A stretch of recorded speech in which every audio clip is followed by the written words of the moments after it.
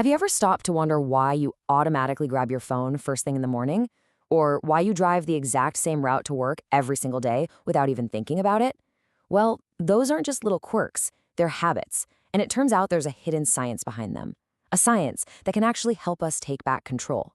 So let's dive in. This idea isn't new at all. Way back in 1892, the psychologist William James pointed out that our lives are basically just a collection of habits. But here's the thing he couldn't have known: the incredible neuroscience that would eventually prove him right. And, more importantly, give us the playbook for how to actually change those habits. And this all leads to a really big question, right?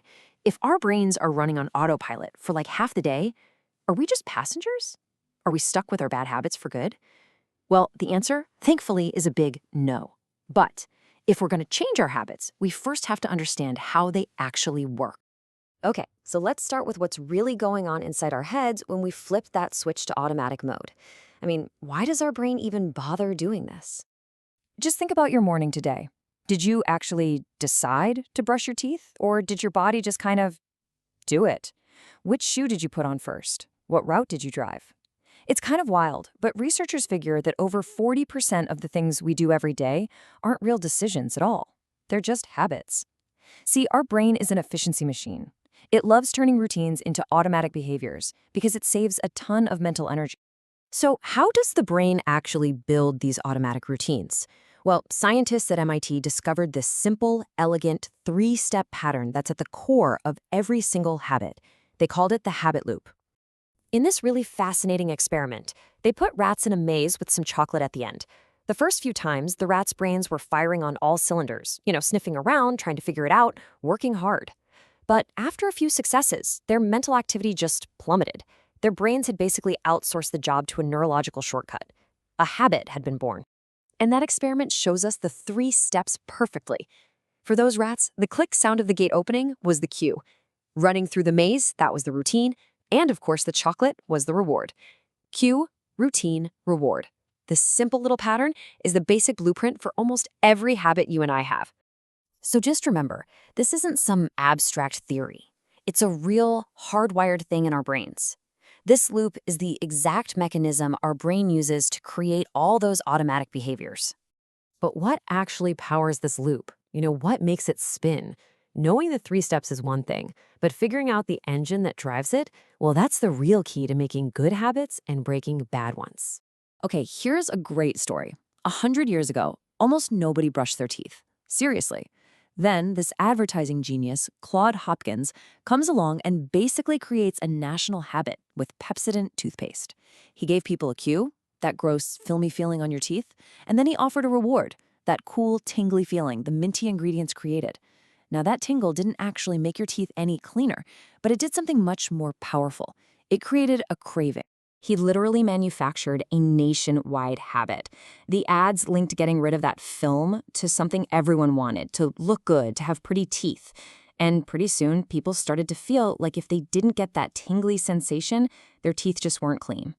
And here's where the neuroscience gets really cool. When our brain expects a reward, it releases dopamine. And it's that craving for the dopamine hit that actually powers the whole loop.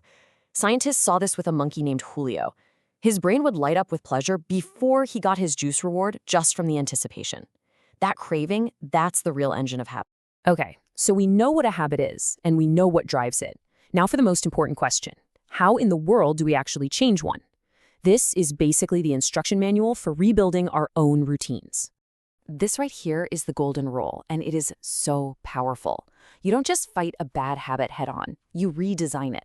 The trick is to identify your existing habit loop and then find a new routine that gives you a similar reward. You keep the same cue, you get the same reward, but you just swap out that middle part, the routine. Alcoholics Anonymous is probably the most famous example of this in action.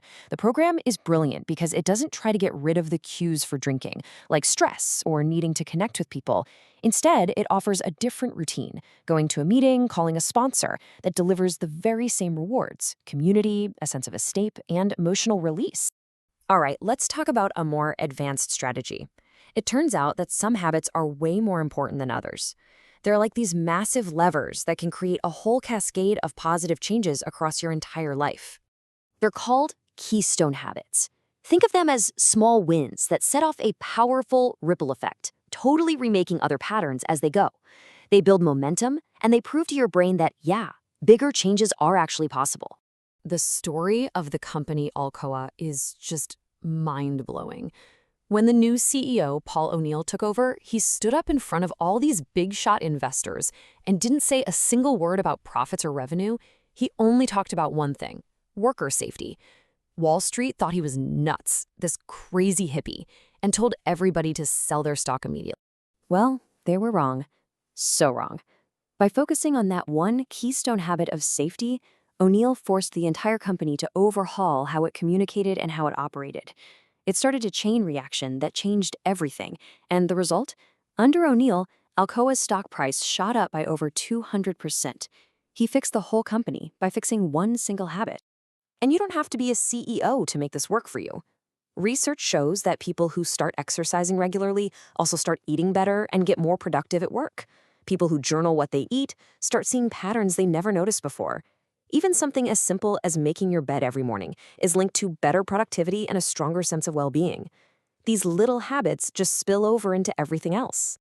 I love this quote because it just perfectly captures that feeling of empowerment. It actually comes from an army major who stopped riots in a city in Iraq, not with force, but by identifying the crowd's habit loop and simply removing a key cue: the food vendors.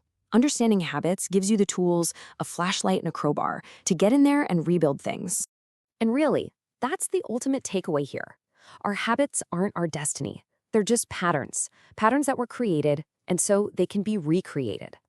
Once you understand the loop, once you can see the cue, the routine, and the reward, the power to change is finally in your hands. So I guess the only question left is this. Now that you have the flashlight and the crowbar, what's the one habit you're going to start working on? Thanks for watching.